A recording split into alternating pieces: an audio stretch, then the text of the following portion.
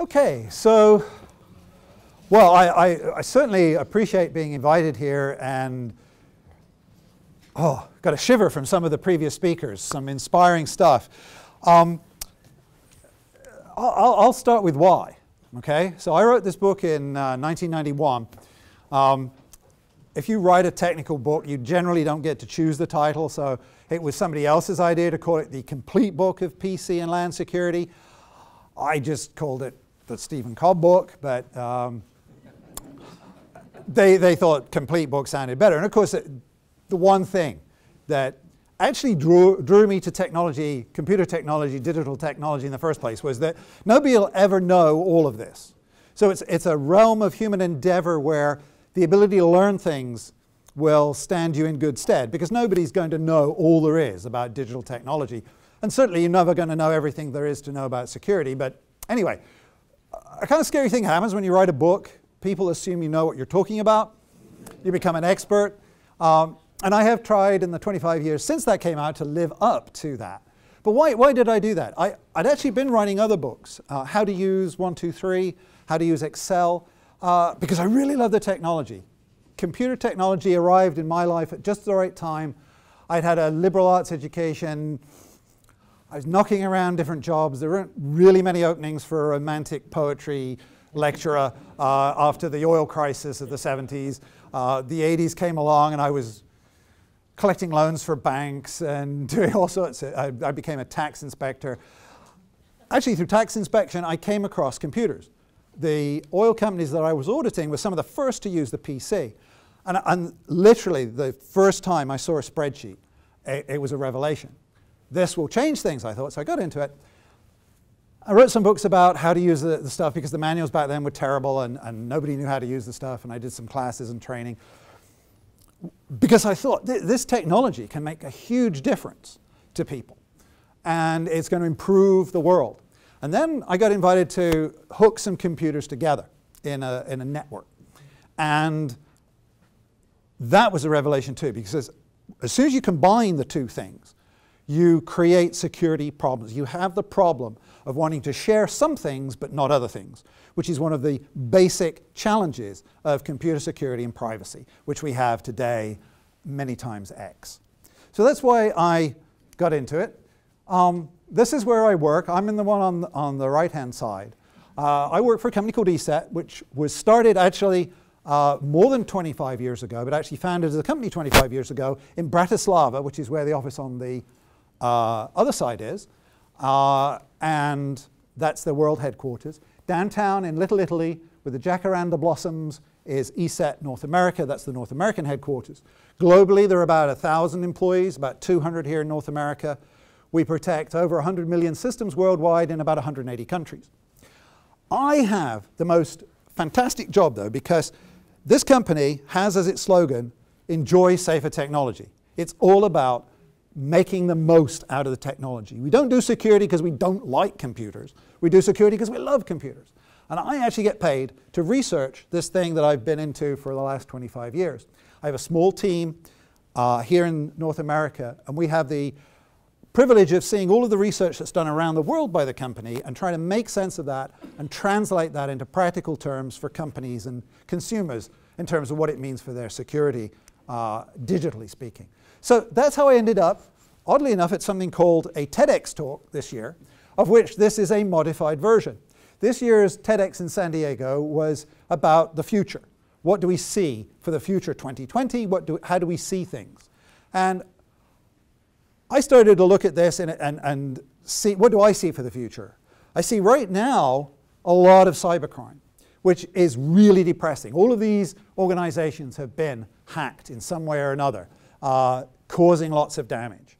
And this I find very upsetting because the potential for the technology is enormous. You know, we have the ability with big data analytics, with the Internet of Things, with all of the capabilities we're developing to greatly improve the quality of life in this country, in other countries around the world, through things like distance learning, through ubiquitous networking, ubiquitous wireless networking. The technology has great potential, but as all of these organizations will tell you, there's a downside. Things can go wrong. So I'll talk a little bit about why things go wrong, and then some of the things, and I'll try to point to 3 positive things that we can take out of this, because otherwise it just gets very depressing. Okay, why is there a lot of cybercrime? And that's it. It's a high reward with a low risk. There are just so many ways to make money stealing data and abusing systems. Whether you're a coder, whether you're a scam artist, there's a role for you in an industry out there which is selling stolen data.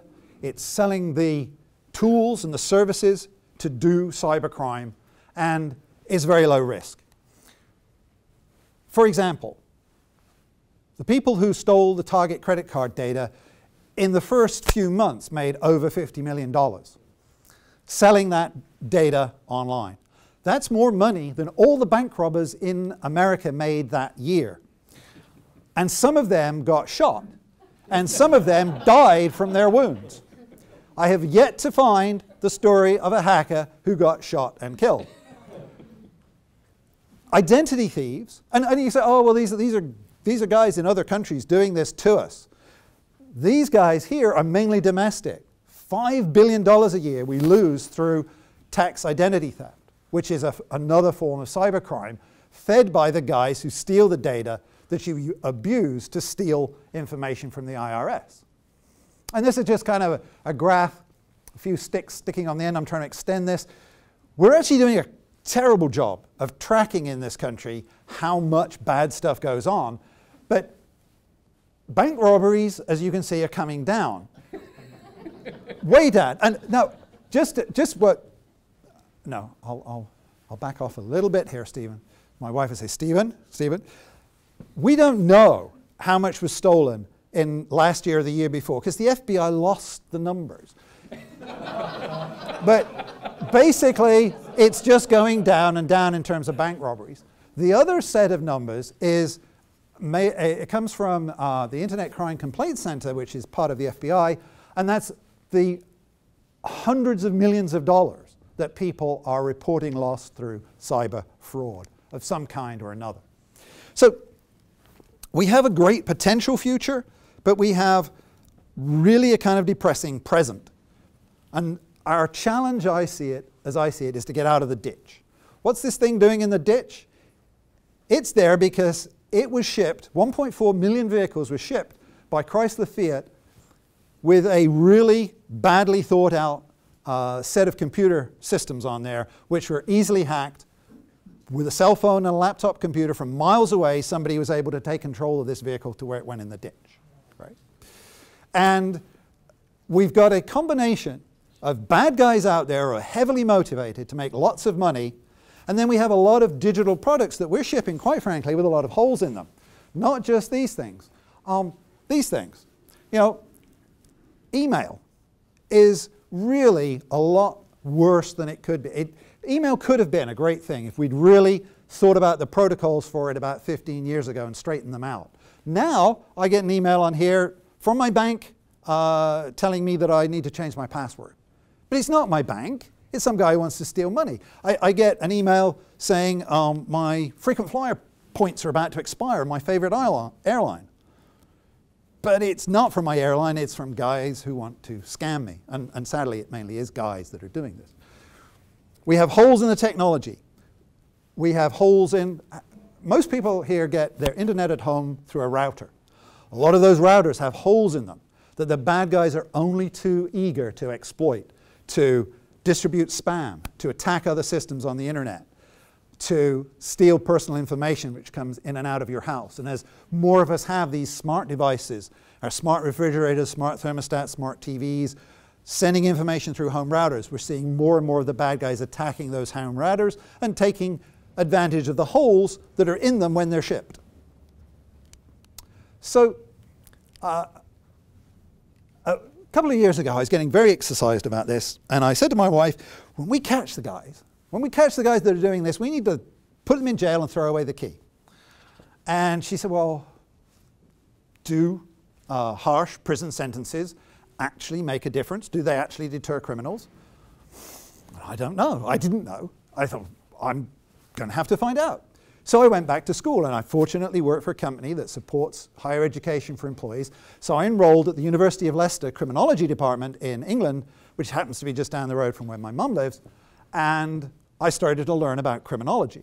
Because criminologists have been studying for over 100 years crime. What motivates people to cause crime? How does crime happen? How do we deter people? And I actually found out that there's no conclusive evidence that harsher sentences will make a difference. All right, so that was the first lesson I learned. It's like, wow, you know, if we do catch these people, and we're not catching a lot of them yet, throwing them in jail and throwing away the key isn't really going to work. What does work, though, is a greater risk of being apprehended. So why doesn't a long sentence work? Turns out, if you interview criminals, most of them don't think they're going to get caught. I mean, guys go out and burgle houses all the time, pretty sure they're not going to get caught. If they think they're going to get caught, that is a deterrent. So that brings me, I think, to the first of the three things that we could do. We need to be lobbying the people that we know in power who could put more resources into catching more cyber criminals more quickly. We have made a lot of strides in law enforcement in the last 5 years. San Diego has some pretty leading edge developments in cybercrime here in the county, but these people need more. We need more people catching these people more quickly to deter them. But that was not the only thing I learned in school. I learned that a lot of crime comes out of opportunity. And back in the 70s, when the crime rate was going up and up and up, it was confusing to criminologists because that was a time of prosperity. In America in the 70s, very prosperous times, but crime was going up and up, property crime. It was found that the increase in crimes tracked very closely to changes in our behavior in society, where less people at home during the day, more people going out to work, smaller, more stealable, sellable consumer products. So they developed routine activity theory, which said that the opportunity for predatory crime appears to be enmeshed in the opportunity structure for legitimate activities. And I mean, opportunity structure for legitimate activities sounds like the internet to me. So what we've got on the internet right now is too many opportunities for crime. Those opportunities are there in the holes in the products that we're buying. And so what we can do as consumers is choose products that have better security. So if you're down at Best Buy looking to buy a new router this weekend, after what Stephen said about routers, look for the one that says security on the box, that's upfront about being a more secure product. Because if you talk to the people who make the products, consumer products, they say, oh, consumers won't pay for security. Let's pay for security, let's show a preference. Finally, and this one might be a bit of a shocker for this room, but why do we ship products with holes in them? Why did Chrysler do that? Why did Volkswagen ship those things with the bad software in there, the cheating software in there? They did it because the people who are running those companies and making the decisions didn't understand the risk. And it turns out that if you study people's perception of risk, there's a cultural theory which shows that certain people, certain groups of people have a different perception of risk. And in fact, there's something called the white male effect. White males, in general, think there's less risk in technology than black males, females, and non-white females. All right? So here's just one example. And this is studies that have been done in the 80s and the 90s. You ask people what is the risk in a technology, and there's about 13 categories of technology there, and the one on that side's the white guys, right? They just don't see it. So I showed this to my wife. I said, this is it. I found the answer. I found why we're shipping all this stuff with holes in it. She said, you've spent 25 years trying to close the holes. You're a white guy. So, okay. So it's not quite that simple. What though is clear if you dig deeper in those numbers, there's about 30% of white males who, if you dig into cultural theory of risk perception, align different ways in terms of hierarchy, in terms of individualism, who that 30% skew the number for all us other white guys. The good news there is that there is room to understand better why we are not more careful with our products, why we don't do a better job with security, and how we can do a better job with security. And I think we need to change the way we assess the risks involved with digital technology. And I think one way to do that is to have greater diversity in our industry. Right now, 9 out of 10 people who do computer security are males, and most of us are white, to be quite honest. We need to get more diversity in there. These are scenes from something which I think San Diego should feel very proud of. We have done in San Diego for 7 years now the Mayor's Cyber Cup, which is a competition for middle school and high school students to test their skills in cybersecurity. The winners last summer came to a boot camp which for years now ESET has put on. We take the winning teams and we put them through 5 days of cyber boot camp. This year, 4 out of 10 of the students that made it to boot camp were girls. And I think this is a very positive development. It shows us that we can expand the range of views which go into making the technology and defending the technology. And so I think my time is up. WeLiveSecurity.com is where myself and our teammates publish our studies and our words. And if you want to see more of kind of what I've been talking about here, there is a TEDx talk now online with that presentation. Thank you, Steve. Thank you.